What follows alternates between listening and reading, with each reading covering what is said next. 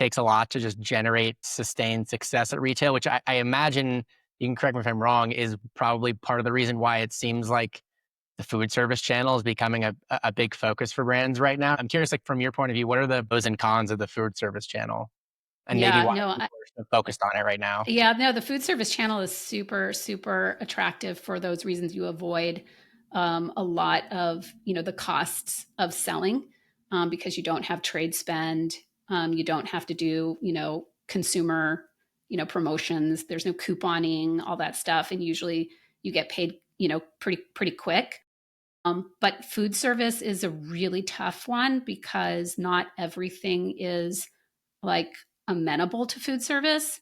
And I don't just mean like case pack and pack size, but it, you, it, I guess it's similar to retail in that you have to have the end user want it.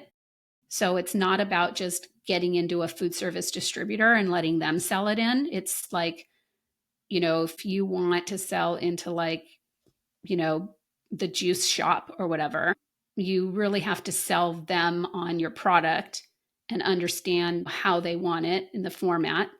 And then they need to, kind of have to get something pre-made that's ready to go, and then they request it from the distributor, and the distributor brings it in, and it can be in line with your current distributor relationships. So for example, like Dot Foods will, they sell food service packs to, restaurants and so forth.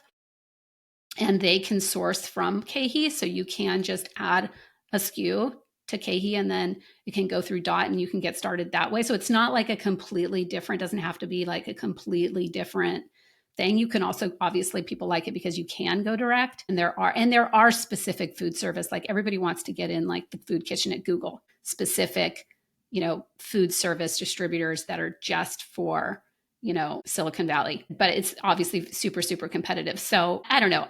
The food service channel is not like my area of super expertise, but I hear a lot of the stories that a lot of people hear, which is like, you're like hiding out in the parking lot and you're waiting for that one moment for like somebody to open the door, and then you like shove your granola bar in their face and you're like, put this in your lunchroom, and, have somebody call me. And sometimes you hear these stories work.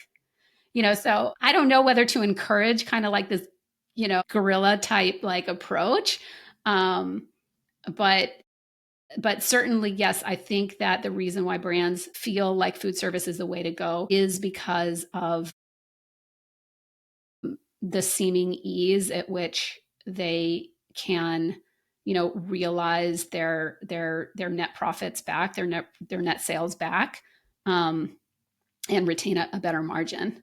The last thing I'll say is, one way to test it is through FAIR. So I know that some restaurants or, bakeries, cafes will source from FAIR buckets of things, or, large volume kind of boxes of loose food service boxes of things. And that's I think, a fairly easy way to test if there's demand for your product in food service.